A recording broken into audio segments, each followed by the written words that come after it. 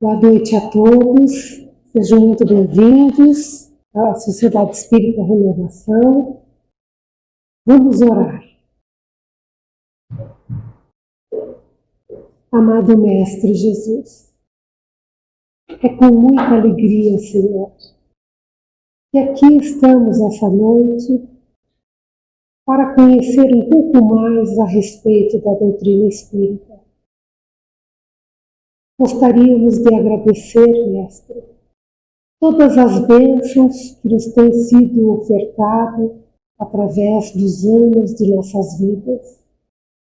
A família, a saúde, o corpo perfeito, o lar, o estudo, o trabalho, tanta coisa para agradecer, Senhor. Mas hoje, Mestre, que compreendemos um pouco mais a respeito da vida verdadeira, queremos agradecer também pelos percalços, pelas vicissitudes, pelas dificuldades, pois estas também são importantes etapas que devemos passar nas nossas vidas, que nos fazem compreender a importância da saúde, do tempo bem aproveitado e principalmente do amor. Se conosco esta noite, Senhor, permita que o nosso companheiro Pacheco possa ter a inspiração dos Espíritos amigos para nos trazer a sua mensagem, para que cale fundo dentro de nós, principalmente nas nossas atitudes.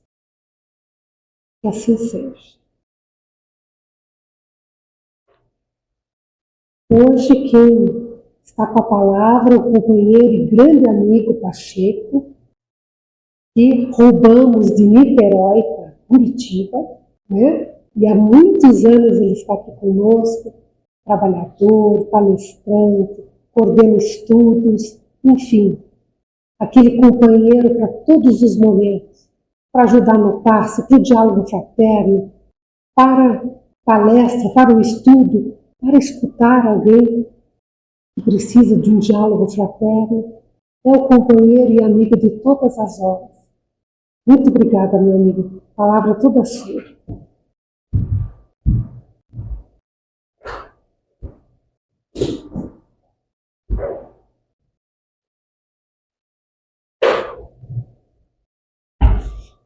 Boa noite a todos. Que Jesus nos abençoe. O tema de hoje será uma parábola que poucos conhecem, né? A parábola do semeador. E quando eu estava para escolher esse tema, porque é assim, né? A gente normalmente pede para escolher, a gente fica enrolando. E aí lá para o final eu falei, olha, eu tenho que divulgar a palestra, a Estela, né?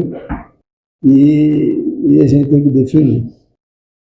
Nós havíamos, na terça-feira, feito um estudo sobre essa parábola.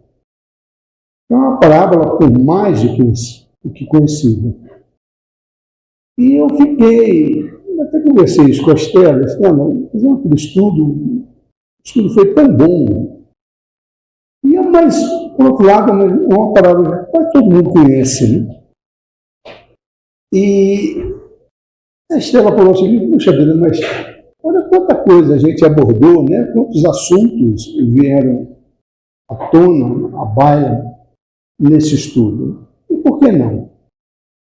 Por que não, né? Então nós escolhemos a parábola do semeador. Herbar Schutel, esse grande vulto do Espiritismo, conhecido como o bandeirante do Espiritismo, no seu livro Parábolas e Ensinos de Jesus, logo no seu primeiro capítulo ele reserva para a parábola do semeador. E ele chega a dizer que considera a parábola das parábolas. E de fato é uma parábola tão importante que o próprio Jesus resolve comentá-la. Há duas parábolas nos evangelhos que Jesus faz isso. Uma delas é a parábola do semeador e a outra é a parábola do joio e do trigo. E as duas se encontram no capítulo 13 do Evangelho de Mateus. Nesse capítulo 13 é um capítulo todo dedicado à parábola. São 8 parábolas, são chamadas as parábolas do reino, porque se refere ao reino dos céus, ou ao reino de Deus. Todas elas com profundo significado para falar a respeito do que é esse reino dos céus. E são apresentadas dessa forma alegórica a que Jesus tantas vezes se referiu, as parábolas. O que são parábolas, né? Vamos lembrar que é um recurso didático que Jesus utilizou muito, até que ao longo dos evangelhos são mais de 40 parábolas. E são alegorias que são utilizadas com o objetivo ou de trazer uma verdade que aparentemente está oculta, é preciso retirar de dentro da parábola o sentido dessa verdade, ou trazer um ensinamento moral. Ou ainda, na parábola completa, faz as duas coisas. Tem um fundamento moral. Outras formas, outras figuras de linguagem que são utilizadas, de comunicação, que também trazem ensinamentos morais. Você lembra das fábulas muito comuns, né, para as crianças, que também sempre trazem um ensino moral. Eu me lembro da cigarra e da formiga, a tartaruga e a lebre e a tartaruga. Todas elas, e as fábulas têm uma característica, né? Os animais falam como se fossem pessoas. Também existem os apólogos, só que não são os animais. Os objetos falam. A gente vê aquela a Bela e a Fera. Os objetos, por encantamento, acabam se tornando pessoas e falando. Mas Jesus não se utiliza desses dois recursos, e só o da parábola. A parábola é uma linguagem figurada que ele vai se utilizar para trazer uma história com seu fundamento. E por que Jesus ensinava por parábolas? Essa pergunta os próprios discípulos fizeram. E lá está, no Evangelho de Mateus, no capítulo 13, porque é apresentada a parábola, depois há uma explicação de que por que Jesus ensinava por parábolas, e depois tem a interpretação da parábola por Jesus. Isso também nos deixa numa situação interessante, né? Puxa vida, do que eu vou falar além de Jesus? Se o próprio Jesus já falou sobre essa questão. Mas, lá no Evangelho de Mateus, há a seguinte pergunta: porque os discípulos aproximaram-se dele para dizer: por que nos fala por parábolas? Respondeu Jesus: porque é a vós é dado compreender os mistérios do reino dos céus, mas a eles não. Ao que tem, se lhe dará em abundância, mas ao que não tem, será tirado até mesmo que tem. Eis porque lhes falo por parábolas, porque vendo, não veem, e ouvindo, não ouvem, nem entendem. Observem, na resposta de Jesus. Ele explica que aos discípulos era dado determinados conhecimentos, mas aos demais não. Daqui a gente já observa que os discípulos tinham uma condição espiritual de preparo, afinal, eles estavam com o Mestre.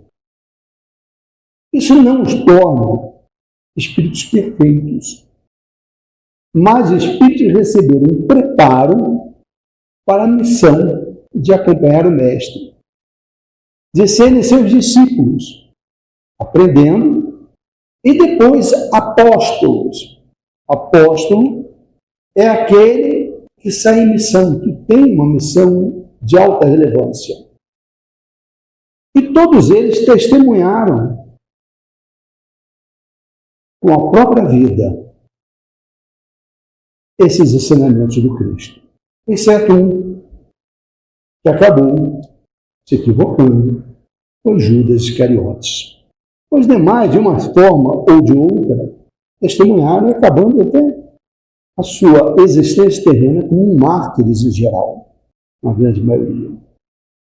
Mesmo Pedro, que era um dos principais discípulos, que deu uma vacilada, o próprio Jesus reconheceu e chegou, falou para ele: Pedro, antes que o galo cante, terás me negado 3 vezes.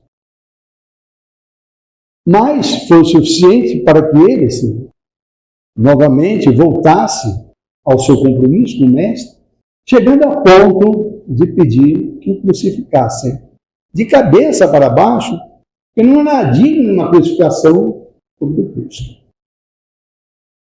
Portanto, a questão das parábolas são proporcionar alguns ensinamentos que ficam como se fosse um depósito. Naquele momento, talvez não sejam percebidas, mas a partir do momento que a gente vai havendo o nosso amadurecimento moral, a nossa capacidade cognitiva, nós vamos naquele arquivo, naquele depósito, e vamos extraindo as lições sublimes do Cristo. E quando a gente vê Jesus dizer isso, que a nós não é dado entender, a gente também reflete sobre por que ele falou que a gente olha, mas não vê, ouve, mas não escuta, né? Por que isso? E são as nossas imperfeições que não permitem que nossa cognição se amplie. As nossas próprias imperfeições. Porque nós só costumamos entender o que a nossa capacidade cognitiva consegue compreender. Vamos imaginar que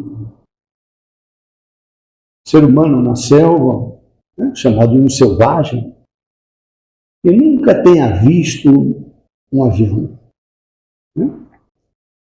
Não sei se hoje alguma população, por exemplo, indígena, que ainda não tem contato humano, mas é provável até. Mas imaginemos que ele observe um avião. Como é que ele vai se referir a um avião? Qual é a capacidade cognitiva dele? Certamente ele vai se referir como um grande ave, que é capaz de fazer ruídos de um trovão. Não é verdade? São as referências cognitivas que ele vai ter. Inclusive pelas imperfeições, muitas vezes, não nesse caso. Mas, por exemplo, quando Colombo descobre a América, ele fazia questão de não enxergar os índios que ali estavam. É como se aquilo fizesse parte da paisagem. Aliás, o europeu colonizador assim fazia. O chamado Novo Continente, Novo Teste, ele sempre existiu. Então, a nossa capacidade cognitiva, ela vai sendo alterada conforme nós vamos trabalhando isso. Na vida atual, ainda isso existe. E temos desafios. Porque nesse fenômeno das chamadas fake news, das pós-verdades, das realidades paralelas, onde substitui a realidade por uma narrativa, são elementos cognitivos nossos que vão distorcendo realidades. Então, nós vamos fazendo recorte daquilo que nos interessa para encaixar dentro de um viés de confirmação. E criando situações verdadeiramente absurdas, que muitas vezes, da realidade, não tem nem aparência, a pessoa não se toca. Isso é um grande desafio. E moderno. Mas essas questões sempre existiram. E no nosso dia a dia, a gente pensa que não, mas a gente também se comporta com essa dificuldade de fato enxergar, de fato ouvir aquilo que tem que enxergar e aquilo que tem que ouvir. Eu conto uma experiência pessoal, talvez ilustre bem essa questão. Eu, ainda muito jovem, uns 20 e poucos anos, eu sofri um acidente automobilístico que eu arrebentei com tudo que tinha direito no meu joelho esquerdo. Os 4 ligamentos foram para o espaço, perdi menisco. Eu fui operado, reconstruíram os ligamentos e dessa cirurgia acabou uma lesão generalizada, ficou uma folga do ligamento cruzado posterior, que os médicos chamam tecnicamente de gaveta posterior. E isso ao longo do tempo, aí no ano seguinte eu fui operado novamente para tentar diminuir essa questão, mas ao longo dos anos a articulação acabou pela lesão envelhecendo antes do tempo. E eu passei a ter um quadro de artrose grave. Tirava um raio-x no meu joelho, era uma nuvem branca. Os médicos olhavam assim, puxa, mas você morre de dor. Eu falei, é verdade. Mas a gente se acostuma com a dor. É um negócio engraçado. E o médico que me acompanhava, eu já estou há 26 anos aqui em Curitiba, mas era do Rio de Janeiro, foi o que me fez. A primeira operação foi no local do acidente, na cidade de São Sebastião, em São Paulo. O acidente se deu na bonita, bela serra de Boiçucanga, entre São Sebastião e Bertioga. Eu fui operado em São Sebastião, no ano seguinte fui operado no Rio de Janeiro, passei a ser cobrado por esse ortopedista do Rio. E mesmo morando aqui, ele continuou sendo meu médico, acompanhando de vez em quando eu ia ao Rio, mas eu passei anos e anos sem ir. E eu estive no Rio de Janeiro, e na consulta, ele simplesmente falou para mim o seguinte, olha, o teu caso é prótese para ontem. É assim. Mas é uma cirurgia eletiva. Quem vai decidir é você. Eu não posso te amarrar e te colocar no centro cirúrgico para colocar uma prótese. Então é você que vai decidir. E mais, se você está morando já em Curitiba, seria melhor um colega lá de Curitiba pudesse acompanhar mais de perto. Por enquanto, é melhor você andar com uma bengala para poupar. Eu saí de lá da consulta, não queria operar. E simplesmente o recorte da minha realidade foi o seguinte: o médico falou que eu vou operar quando eu quiser. Né? Em que tem todos os problemas, cirurgia, isso, aquilo. Vou operar quando quiser e vou andar com a minha bengalinha. Passei a andar. Quantos aqui os mais antigos se lembram? Eu usava a minha bengala, eu me lembro do Joaquim até querendo comprar um equipamento para me auxiliar aqui quando tivesse uma apresentação.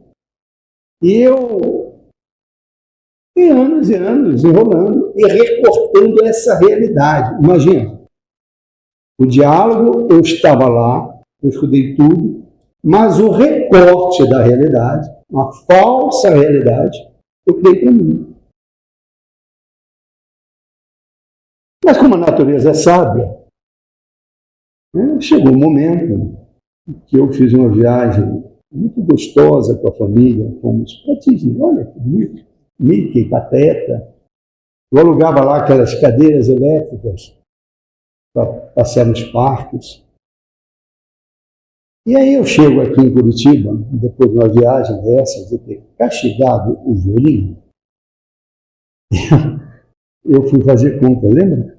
Fui fazer compra. E fazendo compra, simplesmente começou a doer de tal forma que eu não conseguia pisar. Eu entrei numa crise. Aí eu lembrei do que o médico realmente tinha falado. O caso é colocar uma prótese para ontem. Olha que interessante. Eu acabei fazendo a cirurgia, dei uma prótese aqui, isso foi em 2011. E fiquei muito contente. Mas o que mostra a experiência que é pessoal? E mesmo sabendo, a gente vai arrumando justificativas para não ver aquilo que tem que ver, para não ouvir aquilo que tem que ouvir. A gente vai fugindo das nossas responsabilidades. É claro que ninguém acorda assim, ai que vontade de ser operado, né? Assim, não, ninguém é assim. Mas se você vai, se vê dedicação, se vê profissionais que sejam equilibrados, que tenham uma formação sólida, você escuta a opinião de um, escuta a opinião do outro, está na hora de você. Eles devem estar com a razão, né? E não você que é leigo, que não estudou absolutamente nada de medicina. Portanto, a gente substitui, são essas espécies de muletas. E a gente vai entendendo o que a gente precisa ver de parábolas. Porque naquela ocasião a gente não tem. Vamos entender. No Evangelho segundo o Espiritismo, Allan Kardec, nesse livro extraordinário, parte uma obra fundamental, uma das obras fundamentais da doutrina espírita.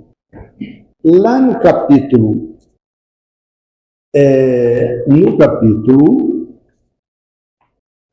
não ponhais a candeia debaixo do alqueire, que é o capítulo 24, 24 do Evangelho segundo o Espiritismo.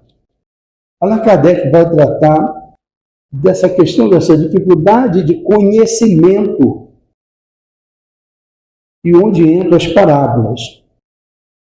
E chega a dizer assim, tal sentença não significa, aqui todo ensinamento deve ser proporcional à inteligência daquele a quem se queira instruir. Porquanto há pessoas a quem uma luz, o de mais vivo, deslumbraria sem se esclarecer.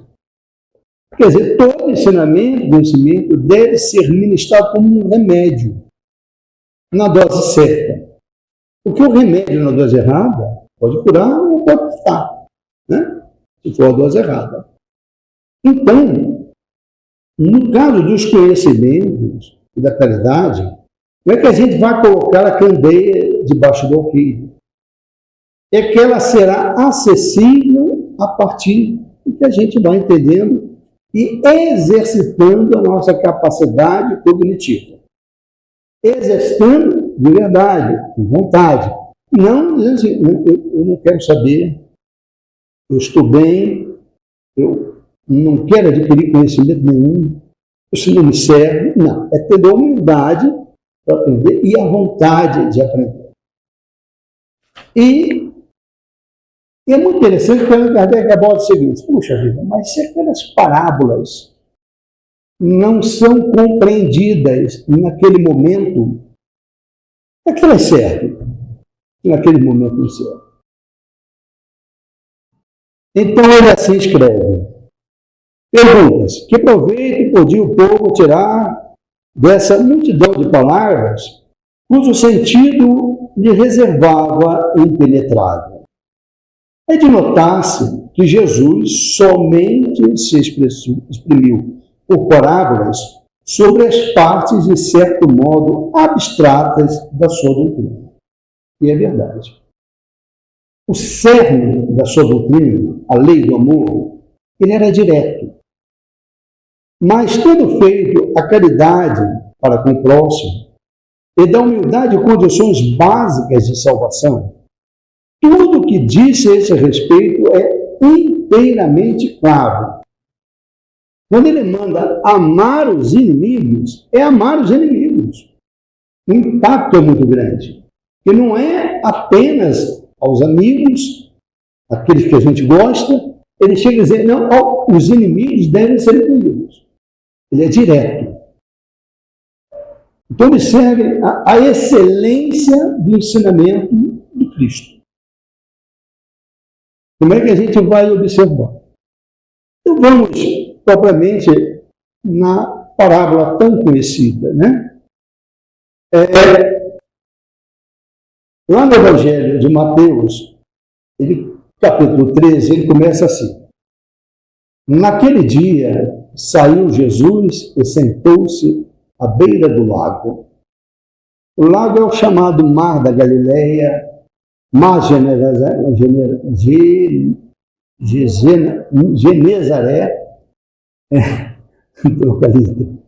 trava-letra, né? Trava-língua. Mas que era chamado de mar pela sua extensão, mas é um lago de água doce. Acercou-se dele, porém, uma tal multidão que precisou entrar numa barca. Nela se assentou enquanto uma multidão ficava amarga. E seus discursos foram uma série de parábolas. E aqui vem nesse capítulo 8 parábolas, são chamadas parábolas do reino. Então observe que está ali, a multidão chega, ele sai e vai para um barco, para melhor falar, não tinha megafone, aquela voz provavelmente se expandia ali os fenômenos muito próprios de Jesus, e ali ele ofereceu 8 parábolas. E a primeira é a parábola do semeador. Disse ele, um semeador saiu a semear. É muito bonito isso, né? Um semeador saiu a semear. E semeando parte da semente, caiu ao longo do caminho, os pássaros vieram e comeram. Outra parte caiu em solo pedregoso, onde não havia muita terra, e nasceu logo, porque a terra era pouco profunda. Logo, porém, o sol nasceu, queimou-se por falta de raízes. Outras sementes caíram entre os espinhos. Os espinhos cresceram e as sufocaram.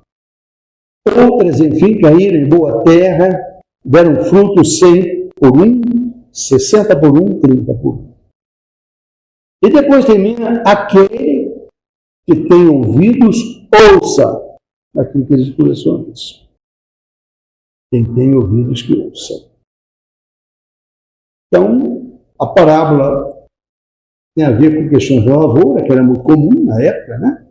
Aquela sociedade era uma sociedade que dependia muito da lavoura, dependia da pesca, existia o comércio também. Mas a lavoura era tema de grande compreensão.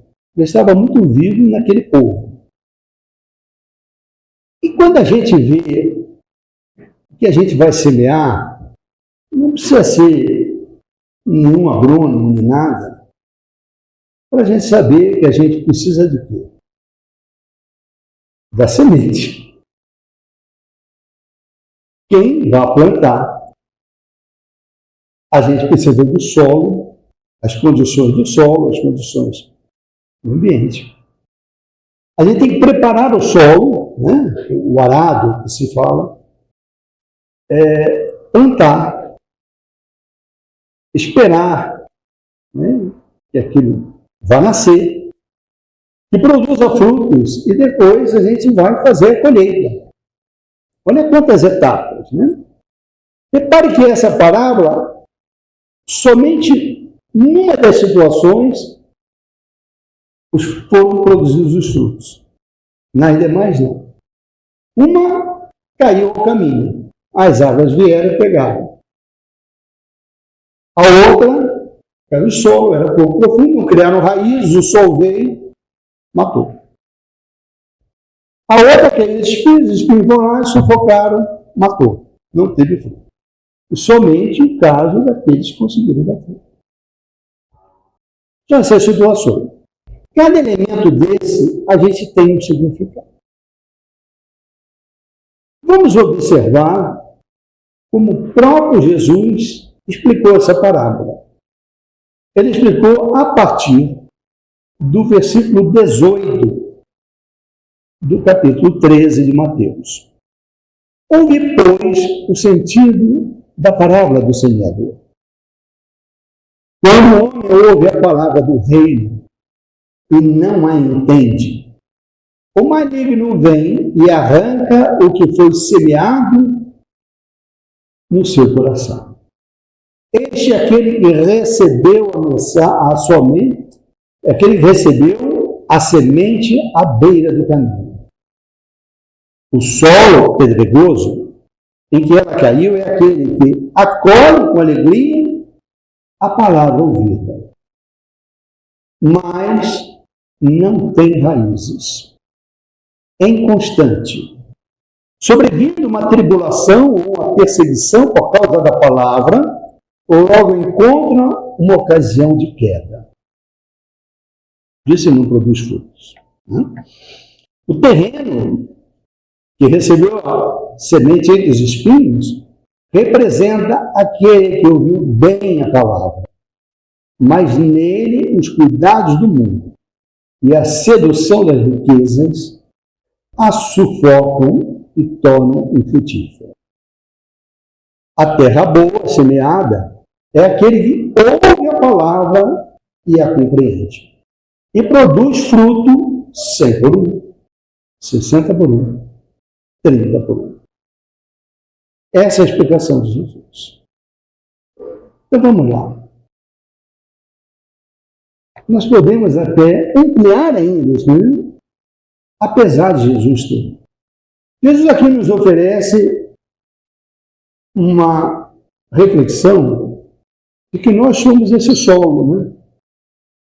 Ele é o semeador que traz a boa semente e nós vamos ser o solo. E esse solo podemos ser aqueles que estão à margem da estrada. Ele vai recebendo a semente e não está nem aí para a semente. Ou a gente é aquele que até recebe, fica empolgado com a semente, com aqueles ensinamentos. E as nossas imperfeições, as nossas dificuldades. E na primeira oportunidade que a gente falar, era só empolgação. A outra é as nossas paixões, nosso materialismo é de tal forma impactante em nossas vidas que nós somos prisioneiros dele. Esses espinhos, essas nossas paixões, nossas dificuldades, nos sufocam. E nós não conseguimos dar frutos. E por fim, aqueles que conseguem, entendem. Quando chama-se a palavra, é um ensinamento realmente compreendido, no sentido e vivido. Isso é mais ou menos fácil de entender. E o próprio Jesus explicou isso. O que a gente vai oferecer aqui, uma reflexão de cada ponto desse daí, só para a gente pensar. Quando nós temos essa figura de deixar na estrada, é muito fácil a gente verificar as pessoas que não têm qualquer, assim, digamos, vontade mesmo de receber ou de pensar com as questões espirituais. É materialismo puro. Você quer dizer, mas as pessoas não têm todo direito. Ninguém está aqui para julgar ninguém. Mas E Jesus oferece uma reflexão de que é uma realidade maior e que a gente deixa de passar, deixa de aproveitar essa realidade, porque as sementes são largadas e os pássaros vão e comem. Quando eu falo do maligno, né, simbolicamente, é que essas pessoas acabam sendo mais ainda vítimas dos seus processos obsessivos. Porque elas sequer estão dispostas a ter uma compreensão além da vida. E sofrem com isso, acabam sofrendo. Quando vai dizer que aquele que não tem raízes, a gente vai observar quantos de nós não quer se aprofundar simplesmente em nada. Quantos aqui, quantos anos, às vezes, até frequentam a casa espírita, às vezes são chamados, vamos estudar, vamos aprofundar um pouco mais, e as pessoas não querem. Ou então, a pessoa não se arma dos elementos que vão fortificar. E no primeiro embate, da primeira provação, as pessoas sucumbem. As pessoas se decepcionam. Na verdade, avaliaram mal.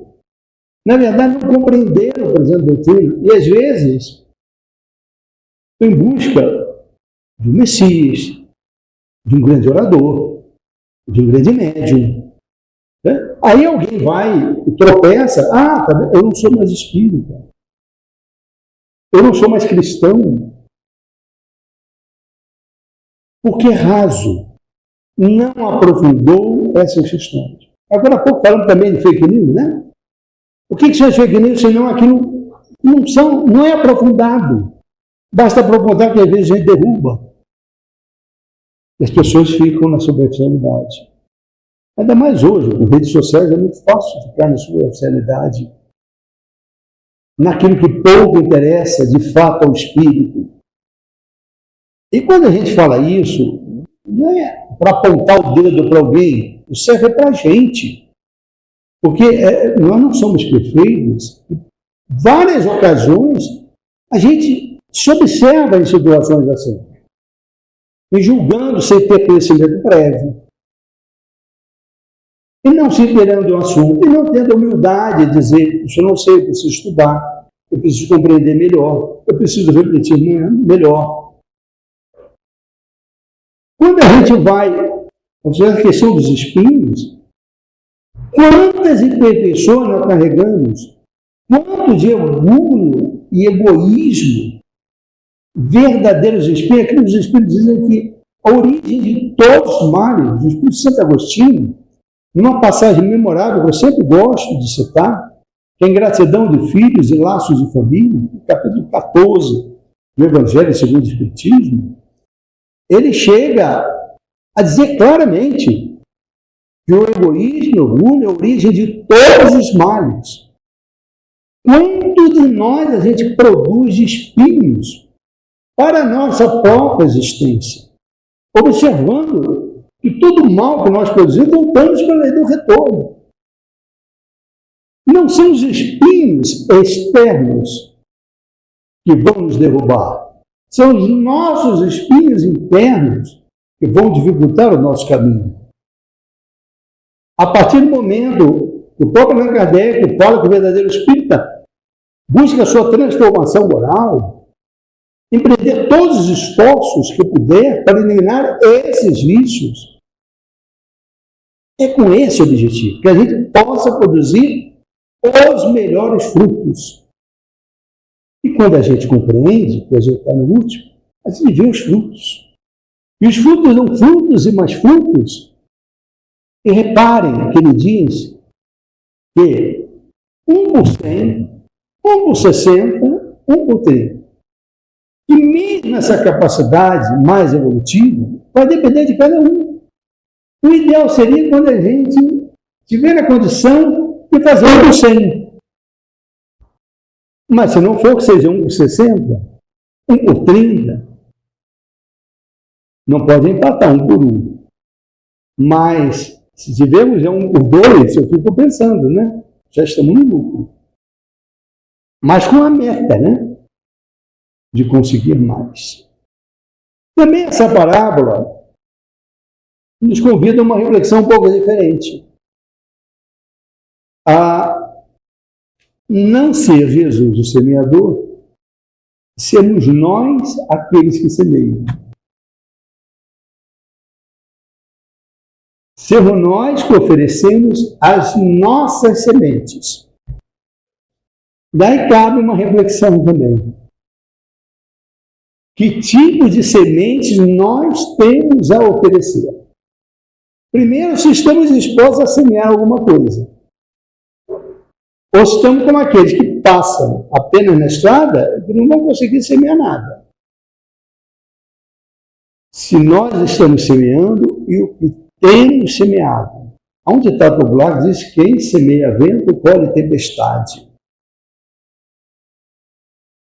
Será que a gente está semeando vento? O que a gente tem semeado? Quais são as sementes, fazendo uma analogia com os tesouros que nós... Não os tesouros da terra, os tesouros do Espírito, que a gente pode oferecer. Quando a gente está diante do nosso próximo, quando está no exercício da caridade, são sementes que nós estamos oferecendo. E quando a gente oferece, a cada espírito oferece sementes. E cada um vai pegar a sua semente e vai dedicar o que vai fazer com essa semente. Primeiro é qualificar essa semente. Essa semente deve ter o mínimo de impureza possível. A gente deve separar as impurezas, aquelas sementes estão bichadas, deixa de lado, para oferecer as melhores sementes. É uma nova reflexão também adicional. Também nós poderemos pensar que essa parábola, e Allan Kardec faz isso, remete também àquilo que Allan Kardec propôs. Allan Kardec era muito didático, assim como Jesus que oferecia as parábolas. Allan Kardec era um professor, era um educador. Ele propôs uma classificação dos espíritas. A nós, militando na doutrina espírita, que somos simpatizantes da doutrina espírita, ele propôs lá no capítulo 3, da primeira parte do Livro dos Médiuns, no capítulo do método, a seguinte classificação. Ele chamou que existem os espíritas experimentadores. São aqueles que só estão de olho no fenômeno. Ficam empolgados pelo fenômeno das comunicações. Olham para o fenômeno com uma mera curiosidade. Não conseguem fazer qualquer reflexão daquelas comunicações. Só estão lá para verificar, para questionar a realidade, para tentar refutar de forma superficial ou apenas se divertir. Esses, na parábola do semeador, são aqueles do caminho. São rasos, são superficiais. Que não aproveitam a oportunidade do fenômeno, e a doutrina espírita surge do fenômeno, para que seja o cristianismo redimido. A segunda classificação proposta por Allan Kardec são chamados espíritas imperfeitos. São aqueles espíritas que pegam aquelas comunicações a partir do fenômeno, conseguem ver um valor moral nas comunicações, conseguem até se emocionar com elas, serem tocados por elas, refletirem, conseguem refletir sobre a realidade espiritual, mas, como são imperfeitos, não conseguem colocar em prática. É mais ou menos assim, recebe uma página belíssima, psicografada, chamando, nos convocando ao trabalho no bem, à seara do amor, mas a gente não se sente preparado, a gente arruma uma justificativa, a gente sai da casa espírita encantado com a palestra, com o estudo, e na primeira oportunidade o nosso pavio é testado. Ou quando a gente está diante de uma provação, uma expiação, a gente se revolta, a gente esquece o ensinamento. Neste caso, qual vocês colocariam na parábola do semeador? Aqueles que estão recebendo a semente, estão plantando a semente em solo pedregoso, não há raiz aí crescendo. E também, veja bem, as duas situações. Aquele que não desenvolveu ainda as suas virtudes, que está cheio de espinho. Há uma outra classificação derivada dessa que Allan Kardec propõe. São os espíritas exaltados. Ele diz que esses aí são pior da doutrina do que aqueles que a combatem. Que aqueles que a gente diria, no jargão popular, sem noção. Aqueles que ficaram tão empolgados que não têm um equilíbrio. Eles acabam fazendo um papel contrário à divulgação do doutrina espírita. Eles também seriam, me parece, também nessas duas categorias, talvez no mais raso, né, da pedra, e que acabam não produzindo absolutamente fruto nenhum, nem para si. E, finalmente, aquilo que Allan Kardec chama os espíritas cristãos, que são os espíritas que compreendem a mensagem e fazem todos os esforços para colocar em prática. Quando eu era um garoto, conhecia a doutrina espírita, lá nos meus 16 anos, a primeira assinatura de uma publicação espírita que eu fiz foi da revista O Reformador, da Federação Espírita Brasileira. Me chamava a atenção, porque se escreve assim, o Reformador é um dos órgãos mais antigos de divulgação da doutrina espírita no Brasil, lá do século XIX, se não me fala, 1880 e alguma coisa, né? Se puder depois confirmar no Google, a revista O Reformador. Embaixo do Reformador tem escrito Revista de Espiritismo Cristão. E aquilo me inquietava, né? Porque existe espiritismo fora do cristianismo, existe espiritismo não cristão. Esse espiritismo, conforme construído, elaborado, esse edifício maravilhoso, trabalhado, muito carinho, muito cuidado, com muita lógica, com muita coerência, por Allan Kardec, é essencialmente cristão. Essa obra aqui é a moral do Cristo, na sua essência. E eu ficava me perguntando. Somente depois que eu fui estudar, eu saí daquele terreno talvez pedregoso, busquei um pouco mais de informação e fui estudar. E aí cheguei no livro dos médiuns, no capítulo 3, e aí eu pude observar. Mas não precisava nem do livro dos médiuns. Porque o próprio Allan Kardec destaca no capítulo Sede Perfeitos, que é o capítulo 17, esta parábola do semeador. E por isso que a Bachuta chega dizendo que é a parábola das parábolas. Allan Kardec, esse capítulo Sede Perfeito é um capítulo extraordinário. Eu não diria que é o melhor, porque eu não tenho essa pretensão de julgar isso, né? Quem sou eu para... Mas eu diria que dos principais capítulos do Evangelho segundo o Espiritismo. Os capítulos do Evangelho segundo o Espiritismo, normalmente, tem uma parte teórica trabalhada por Kardec, que traz a citação evangélica, traz o comentário de Kardec.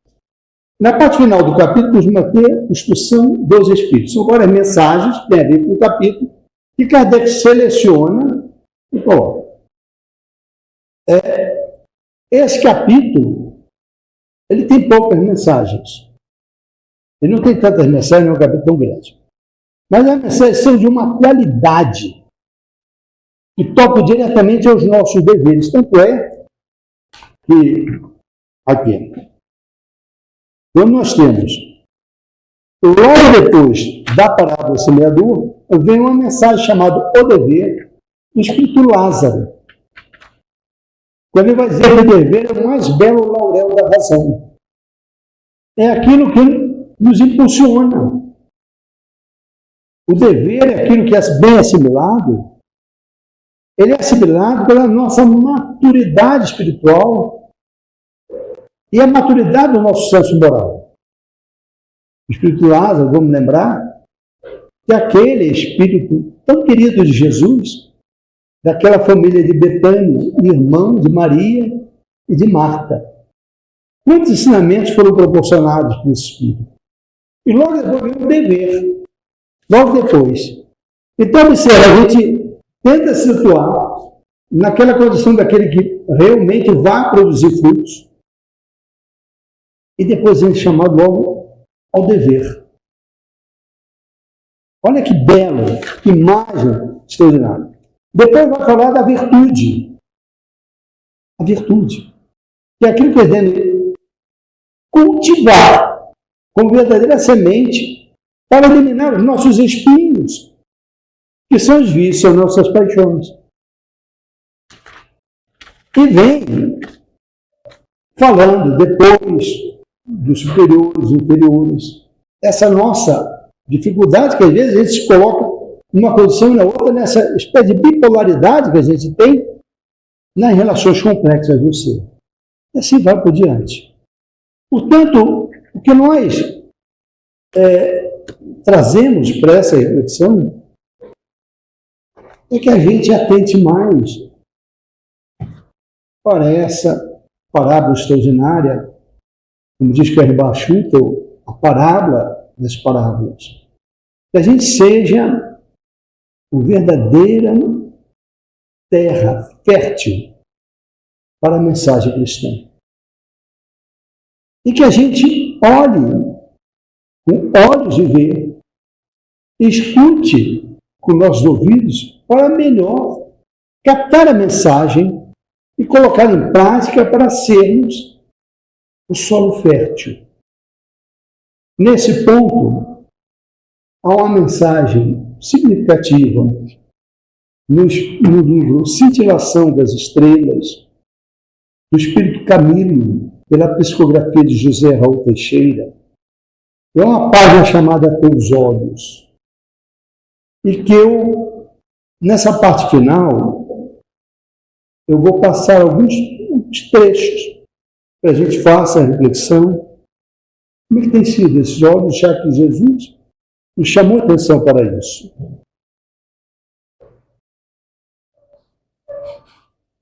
Ela começa a mensagem com Camilo, o Espírito Camilo, dizendo o seguinte: a gente tem olhos de ver, essa linguagem figurada não são os olhos do corpo orgânico, até que os cegos, os deficientes visuais, estariam prejudicados. Os deficientes auditivos estariam prejudicados. São os olhos de forma figurada. É um olhar não do corpo, mas um olhar do espírito. É um olhar espiritual. É uma percepção espiritual que não vê apenas uma questão de uma materialidade restrita. Então ele diz assim: há que se pensar em termos espirituais. Entendamos, por ver, a condição de observação e análise das coisas que nos cercam, que certamente estará atribulada ao nível de progresso, de madurez em que se encontra cada um. A partir disso, não teremos dificuldades de perceber que os homens que pensam mais alto efetuam sobre as coisas de seu caminho uma análise bem distinta, feita por indivíduos de pouca maturidade ou de condição moral deficitária. Para quem vê as coisas em razão do próprio cultivado imediatismo, o delinquente juvenal, ele vai colocando vários exemplos. O delinquente juvenil ou infanto juvenil e o adulto não passarão acelerados, passíveis de castigo pela lei humana, ainda que promovidos pelas mãos do que se julgam lesados. A questão dos menores, né, da violência, dos que se nutrem na violência, dos problemas. Eu sempre gosto de divulgar um trabalho que eu gosto muito de fazer, do GEPAI, que é o Grupo Espírita Paranaense de Apoio Encarcerado, que promove assistência fraterna aos nossos irmãos e irmãs do cárcere. E uma das instituições que a gente atende é uma instituição de socioeducação de menores infratores. E é muito interessante como é que a gente olha para aquilo. Quais são os nossos olhares? Qual é o olhar da sociedade para com isso? E ele chama a atenção nesse ponto crucial. E diz o seguinte: para quem olhos bons, ele vai mostrar as várias qualidades que a gente tem de um olhar bom, um olhar compatível com a mensagem que temos recebido. Não passarão tais delinquentes de crianças ou moços que não tiveram orientação capaz de libertá-los da ignorância e da viciação. Qual é o nosso olhar? Qual é o contraponto que a gente vai fazer isso? O olhar será material ou será um olhar espiritual? Porque se a gente pretende produzir algum tipo de fruto, uma boa semente, a gente precisa primeiro mudar o nosso olhar. Se essa parábola nos toca, a gente precisa mudar o nosso olhar necessariamente.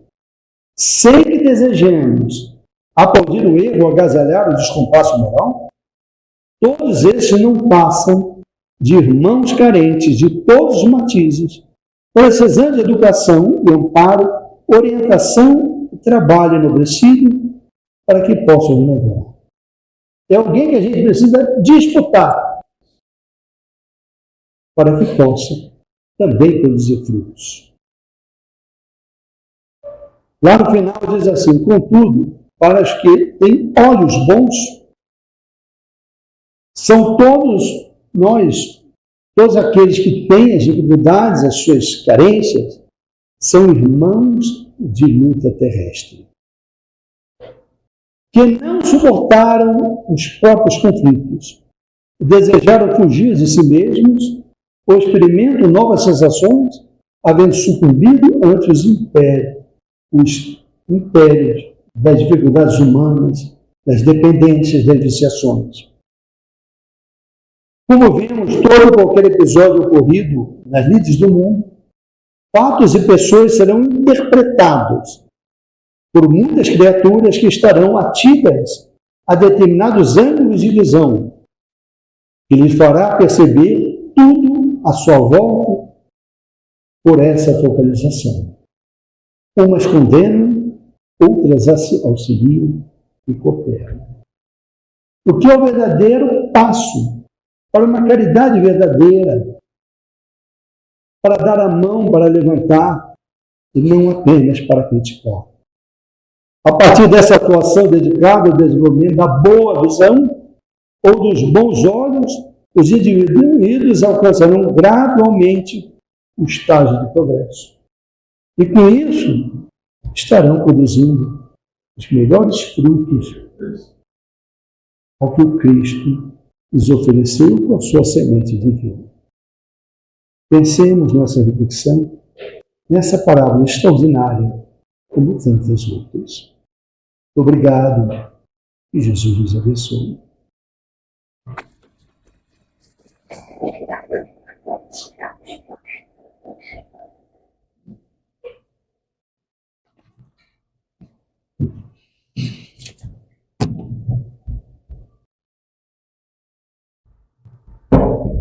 Obrigada, Pacheco, pelas reflexões. Vamos orar e depois teremos um passe. Todos serão convidados para o passe. Basta ficar sentado que serão chamados. Ok? Senhor Jesus, há mais de 2000 anos temos sido chamados pelo Teu amor, convidados a repensar sobre as nossas vidas, nossas atitudes. No entanto, Senhor, esquecidos e ficamos da Tua mensagem, fazemos ainda o coração tão imperfeito, com tantas falhas, com tantas dificuldades. Mas hoje, Senhor, queremos e desejamos ardentemente mudar. Por isso, te rogamos, Mestre, que nos dê força, que nos dê coragem, para que possamos enfrentar a nós mesmos, que possamos nos armar do conhecimento da Tua mensagem, da compreensão da vida verdadeira, da oportunidade da reencarnação, de que estamos na família que merecemos, no trabalho que pedimos, envolvidos com as pessoas de que temos necessidade de acertarmos as contas e de nos auxiliarmos mutuamente. Para isso, Senhor, contamos com o Teu apoio e a Tua amizade sempre, dos espíritos amigos, nossos anjos da guarda, para que, fortalecidos, possamos colocar em prática essas verdades que já entendemos necessárias. Abençoa, Senhor, não somente a nós que aqui estamos, mas ao mundo inteiro. Ampare e assiste, Senhor, aos dirigentes dos países, das cidades, das pessoas que podem ter o poder sobre tantas outras, para que os espíritos amigos encontrem um espaço em seus corações para inspirá-los a boas atitudes. Se conosco, Jesus, não só por agora, mas para todo sempre. Assim seja.